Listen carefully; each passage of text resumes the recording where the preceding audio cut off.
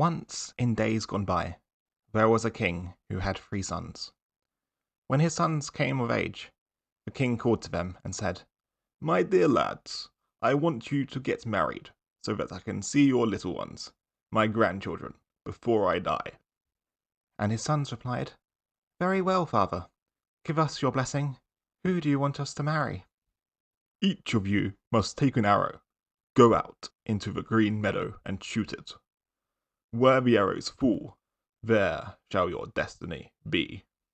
So the sons bowed to their father, and each of them took an arrow and went out into the green meadow, where they drew their bows and let fly the arrows. The arrow of the eldest son fell in the courtyard of a nobleman, and the nobleman's daughter picked it up. The arrow of the middle son fell in the yard of a merchant, and the merchant's daughter picked it up.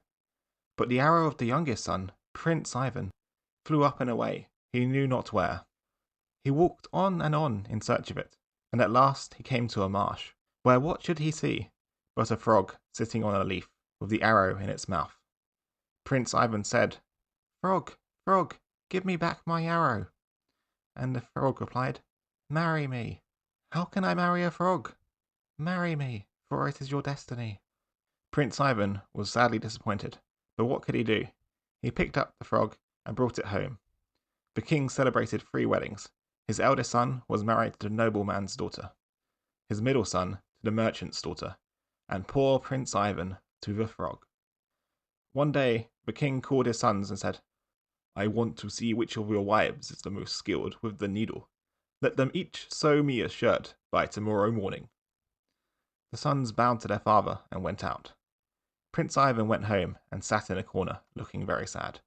The frog hopped about on the floor and said to him, "Why are you so sad, Prince Ivan? Are you in trouble?" "My father wants you to sew a shirt for him by tomorrow morning." The frog said, "Don't be disheartened, Prince Ivan. Go to bed. Night is the mother of counsel."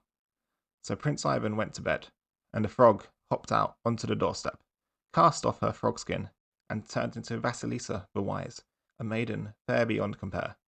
She clapped her hands and cried, "Maids and matrons, get ready, work steady. By tomorrow morning, sew me a shirt like the one my father used to wear." When Prince Ivan woke the next morning, the frog was hopping about on the floor, and on the table, wrapped up in a linen towel, the shirt lay. Prince Ivan was delighted. He picked up the shirt and took it to his father. He found the king receiving gifts from his other sons. When the eldest laid out his shirt, the king said, "This shirt will do for one of my servants." When the middle son laid out his shirt, the king said, "This one is good only for the bathhouse." Prince Ivan laid out his shirt, handsomely embroidered in gold and silver. The king took one look at it and said, "Now this is a shirt indeed. I shall wear it on the best occasions." The 2 elder brothers went home and said to each other, "It looks as though we had laughed at Prince Ivan's wife for nothing. It seems she is not a frog, but a sorceress." Again the king called to his sons. "Let your wives bake me bread by tomorrow morning," he said. "I want to know which one cooks the best." Prince Ivan came home looking very sad again. The frog said to him, "Why are you so sad, Prince?" "The king wants you to bake bread for him by tomorrow morning," replied her husband. "Don't be disheartened, Prince Ivan. Go to bed. Night is the mother of counsel." Now those daughter-in-laws had made fun of the frog at first, but this time they sent an old henwife to see how the frog baked her bread. But the frog was cunning, and she guessed what they were about. She kneaded the dough, broke the top of the stove, and emptied the dough straight into the hole. The old henwife ran back to the other wives and told them what she had seen, and they did as the frog had done. Then the frog hopped out onto the doorstep, turned into Vasilisa the Wise, and clapped her hands and said, "Maids and nurses, get ready, work steady. By tomorrow morning, bake me a soft white loaf like the ones I ate when I was living at home." Prince Ivan woke up in the morning, and there on the table he saw a loaf of bread with all kinds of pretty designs on it. Prince Ivan was ever so pleased. He wrapped up the loaf in a linen towel and took it to his father. Just then the king was receiving the loaves of his elder sons. Their wives had dropped the dough into the fire, and as the old henwife had told them, and it came out looking like a lump of charred dough. The king took the loaf from his eldest son, looked at it, and sent it to the servants' hall. He took the loaf from his middle son and did the same with that. But when Prince Ivan handed him his loaf, the king said, "Now, this is what I call bread. It is fit only to be eaten on holidays."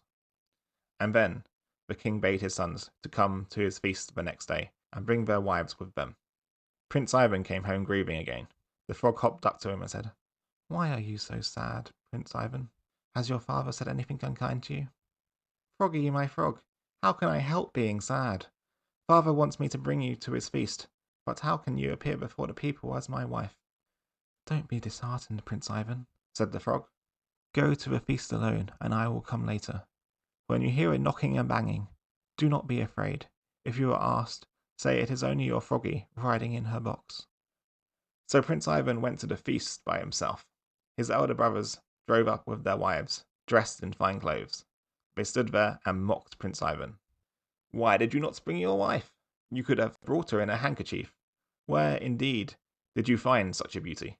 You must have searched all the marshes for her." The king and his sons and daughters-in-law and all the guests sat down to feast at the oaken tables. All at once there was a knocking and banging that made the whole palace shake. The guests jumped up in fright, but Prince Ivan said, "Don't be afraid, good people. It's only my froggy riding in her box." Just then, a gilded cage drawn by 6 horses dashed up to the palace door, and out of it stepped Vasilisa the Wise, in a dress of sky blue silk, a maiden as fair as the sky at dawn, the fairest of maidens ever born. She took Prince Ivan by the hand and led him to the oaken tables. The guests began to eat, drink, and make merry. Vasilisa drank from her glass and emptied the dregs into her left sleeve. Then she ate some swan meat and put the bones in her right sleeve. The wives of the elder princes saw her do this, and they did the same. When the eating and drinking was over, the time came for dancing. Vasilisa took Prince Ivan and tripped off with him.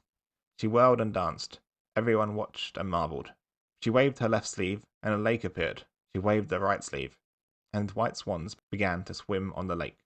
The king and his guests were struck with wonder. Then the other daughters-in-law went to dance. They waved one sleeve, but only splashed wine over the guests. They waved the other, but only scattered bones. And one bone hit the king right in the forehead. The king flew into a rage and drove both daughters-in-law away. Meanwhile, Prince Ivan slipped out and ran home. There he found the frog skin and threw it into the fire. When Vasilisa came home, she looked for the frog skin, but could not find it. She sat down on the bench, sorely grieved, and said to Prince Ivan, "Ah, Prince Ivan, what have you done? Had you not waited but 3 more days, I would have been yours forever. But now farewell. Seek me beyond the thrice 9 lands, in the thrice 10 kingdom, where Koshki, the deathless, dwells."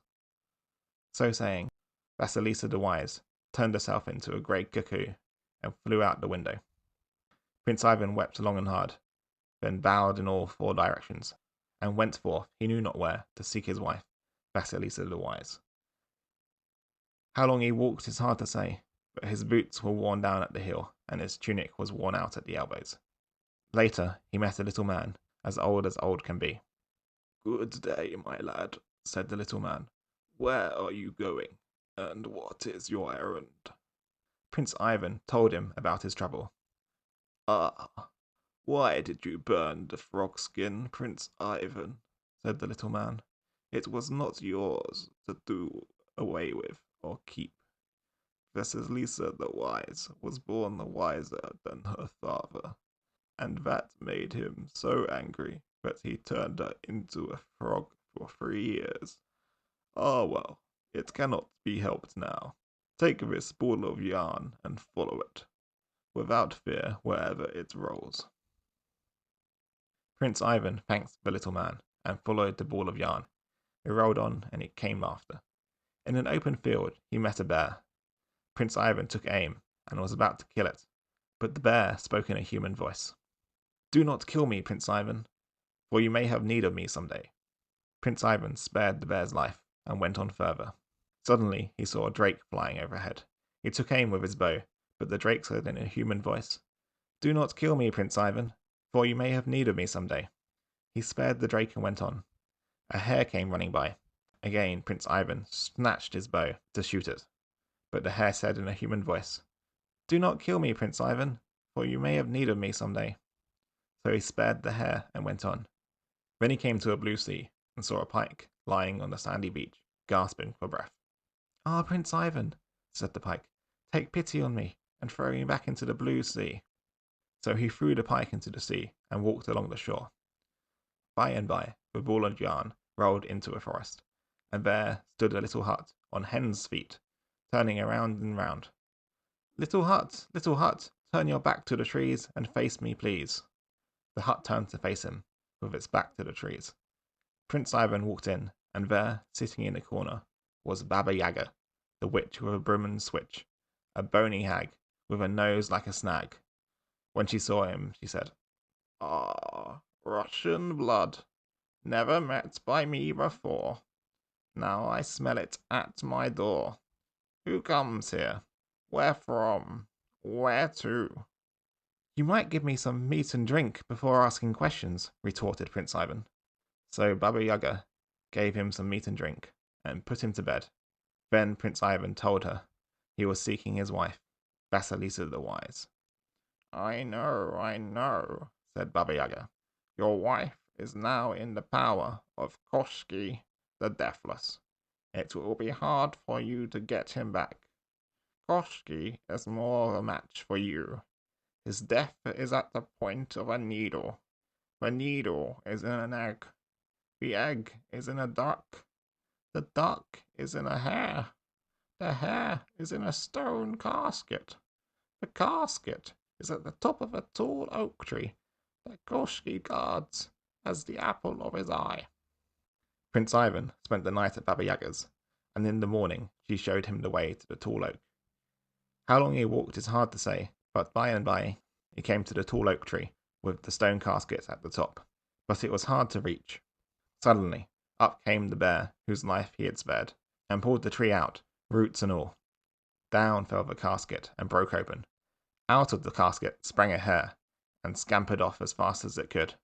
The other hare, whose life Prince Ivan had spared, gave chase and caught it, and tore it to bits.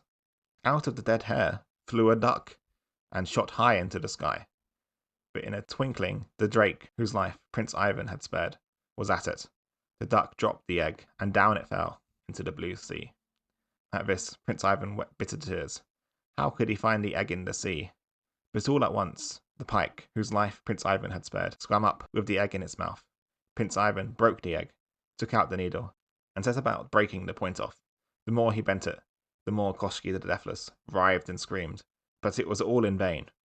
Prince Ivan broke off the point of the needle, and Koshki fell down dead.